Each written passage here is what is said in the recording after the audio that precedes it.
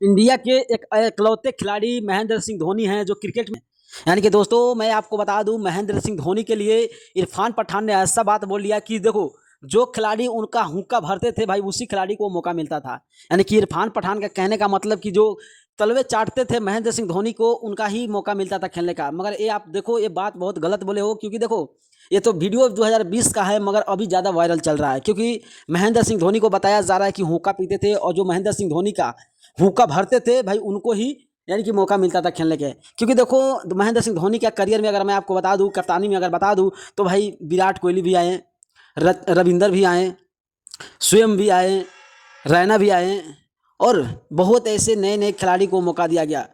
क्या वो लोग महेंद्र सिंह धोनी का हुक्का भरते थे? ये बात सुनने के बाद आपको भी हंसी आ रहा होगा कि हाँ यार, ये कैसा बात बोल लिया।